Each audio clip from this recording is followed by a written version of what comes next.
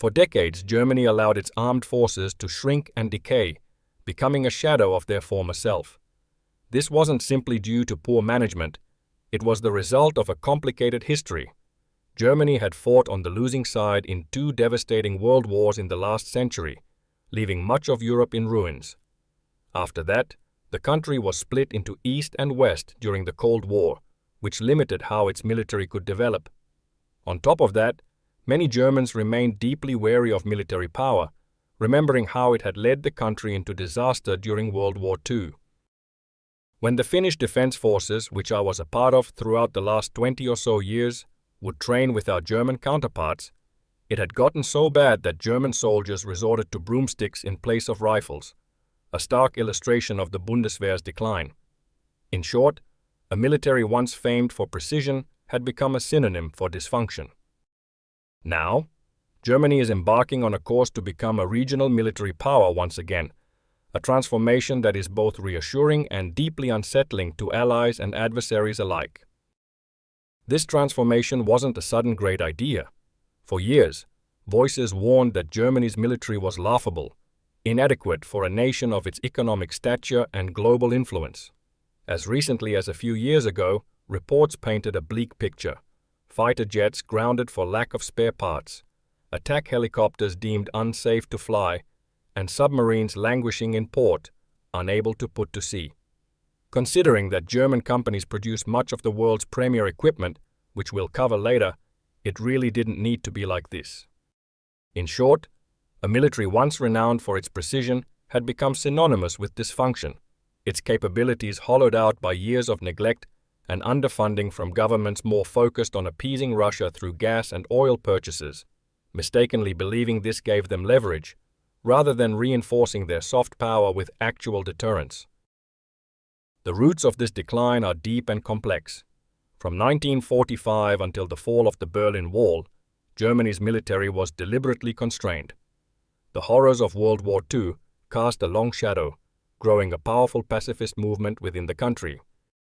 The division of Germany during the Cold War further complicated matters, with the Bundeswehr's role primarily defensive and integrated within NATO's posture against the USSR.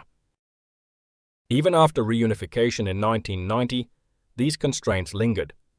The 2+4 agreement, while guaranteeing Germany's sovereignty, still capped its armed forces at 370,000 active troops and prohibited the pursuit of nuclear weapons, limitations that, at the time, were largely welcomed by its European neighbors, eager to prevent a resurgence of German militarism. But that was before 2022. By the time Vladimir Putin unleashed his full-scale invasion of Ukraine, Germany's post-Cold War complacency had left its armed forces fragile, exposing big vulnerability at the heart of Europe and NATO. By late 2022, only a fraction of naval helicopters were operational, barely a third of fighter jets were flight-ready, less than half of infantry fighting vehicles were combat-capable, and a mere 3 of 6 submarines were deployable. For a nation that had once prided itself on its engineering prowess and military efficiency, it was a humiliating statement that its politics had become overly reliant on others to protect it. One can imagine how such reports were received in the Kremlin. If Germany's armed forces couldn't even maintain their own equipment, what threat could they possibly pose to Putin's expansionist ambitions? But the Kremlin miscalculated. Not once, not twice, but 3 times. First, Ukraine refused to collapse.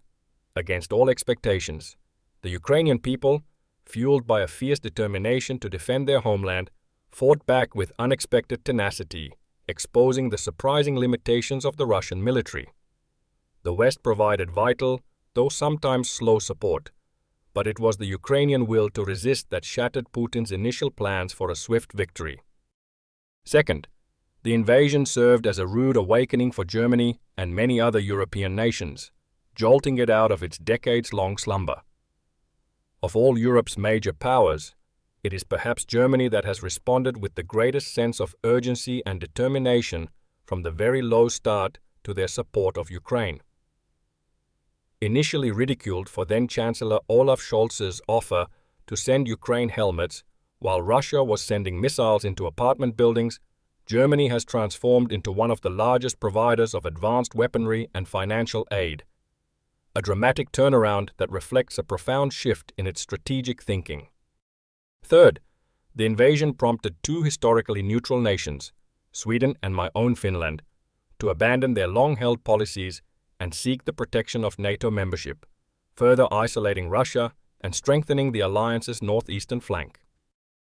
In the months following the invasion, Germany needed to adjust quickly.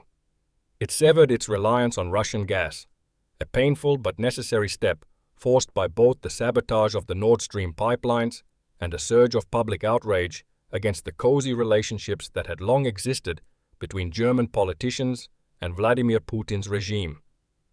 With one grim example being former Chancellor Gerhard Schröder, who is now essentially a Russian oligarch. Germany also surged military aid to Ukraine, becoming its second-largest financial and arms backer after the United States. More importantly, Germany's very capable defense industry has shown that it still makes incredible military technology, even if its nation has long fed its scraps to maintain its research and development. Some of the most underrated systems delivered to Ukraine include German Gepards, which are shooting down Shahed drones and missiles by the hundreds every week, German-made Helsing drones, Marder IFVs, and the still very capable Panzerhaubitze 2000. We'll release an episode on German-made military technology the same day as this video, so be sure to find the link to that in the description or comments. As recently as this week, German Defense Chief General Carsten Breuer stated that NATO must be prepared for possible conflict with Russia by 2029, citing Russia's rapid weapons buildup as evidence of potential aggression towards European nations, in particular the Baltics, Poland, and Romania. Clearly, Moscow is preparing for far more than a war of attrition in Ukraine. A future clash with NATO is no longer a remote possibility but a tangible threat, demanding a robust and credible response. And for that to happen, Europe's largest and most populated economy has to be an integral part of that. And this time, Germany seems determined not to be caught in the headlights again. The once dominant land army in Europe has awoken. Berlin is embarking on a full-scale military transformation of a scale that Putin, and frankly much of Europe, never expected to witness, or for that matter, match. Germany is the largest economy in Europe. With it comes a lot of financial muscle and heavy industry that only really France is an equal to. In 2024, even before Friedrich Merz went into office, Germany overtook India and became the fourth largest spender on defense worldwide, right behind the US, Russia, and China. Last year alone, Germany poured nearly 78 billion into its military, a massive 28% jump in just 1 year. And here's the kicker, that's still only 1.9% of GDP, meaning there's plenty of room to ramp it up further. After years of underfunding and equipment failures, the tide is finally turning. In early 2025, Germany's parliament approved a historic measure to exempt defense spending from the country's strict debt rules, unlocking a massive 500 billion budget for military and infrastructure investments in the coming years. For perspective, all EU member states combined spent just 270 billion on defense in 2023, highlighting the sheer scale of Germany's commitment. Then in April 2025, Germany triggered the EU's emergency clause, clearing the way for rapid increases in defense spending across the entire bloc.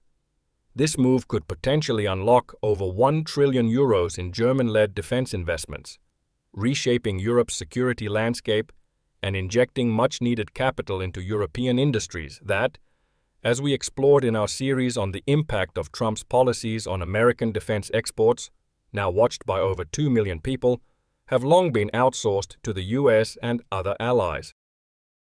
What's abundantly clear is this: Germany is finally stepping into the role that many in Europe had long hoped it would assume, that of an economic powerhouse willing to shoulder serious defense responsibilities. The days of Germany enriching Russia while turning a blind eye to its aggressive behavior are coming to an end. Germany's military shopping list now includes not only advanced tanks and submarines, but also cutting-edge electronic warfare systems, sophisticated satellite technology, AI-enabled drones, long-range artillery, modern infantry fighting vehicles, and robust cyber defenses. Not only that, but Germany is fundamentally changing its views on nuclear weapons, with Chancellor Merz openly discussing the possibility of deploying the French or British nuclear umbrella to Germany. While Germany has underinvested in its armed forces for a long time, it is not building from a non-existing base. 1.5% of Europe's largest economy is still a lot of cash. The German army operates approximately 300 Leopard 2 main battle tanks, including the advanced new 2A7 models. Infantry fighting capabilities are bolstered by around 330 Puma fighting vehicles, with plans to upgrade them to the S1 standard. Additionally, about 360 of the older Marder remain in service, many of which are being modernized. Armored mobility is further supported by over 400 Boxer armored personnel carriers. Artillery assets include at least 130 of the Panzerhaubitze self-propelled guns and 33 Mars II guided rocket launchers. The Luftwaffe's combat fleet currently includes around 140 Eurofighter Typhoon, which form the backbone of Germany's air superiority and strike capabilities. To modernize the force and uphold NATO nuclear sharing commitments, Germany is acquiring F-35s to replace its aging Tornado fleet, with deliveries set to begin in 2026. Air defense is also undergoing major upgrades, with more new systems such as the Iris-T for medium-range protection and Patriot systems for long-range coverage. In addition, the highly mobile Skyranger 30, mounted on Boxer armored vehicles, with 19 units ordered and an option for 30 more, is being introduced to strengthen short-range defenses as part of a broader effort to build a layered air defense network to counter drones.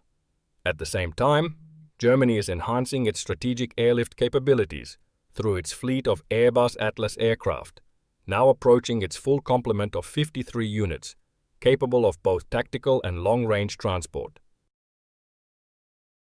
The German Navy operates a fleet of approximately 65 commissioned ships, including 11 frigates, 5 corvettes, and 6 submarines.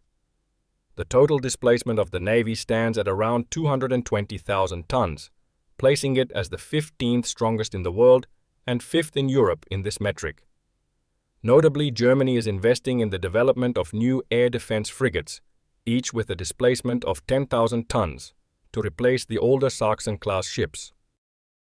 As mentioned earlier, if you'd like a deeper dive into what Germany's highly capable military industry produces, we've released a dedicated video on that today.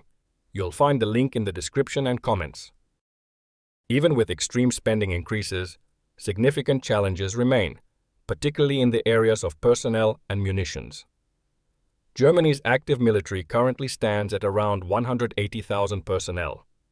The goal is to increase this number to 200,000 by 2031, while also expanding its reserves from 60,000 to 200,000.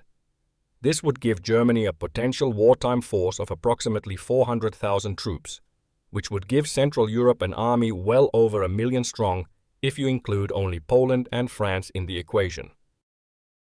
In a sign that both Germany and its allies are moving beyond the long shadow of the Second World War, Berlin has already deployed 5,000 troops to Lithuania as part of NATO's Baltic reinforcement efforts. In another milestone, German naval forces fired live rounds in the Red Sea in 2024, the first such combat action by the German Navy since the Second World War, underscoring a shift toward a more active and accepted role in the collective defense of Europe. Now, you may ask, Thomas, what is the bottom line here? For me, in a country historically closely aligned with Germany, even through bad times, it is great to see Germany finally let go of the shackles carried by the sins of its forefathers.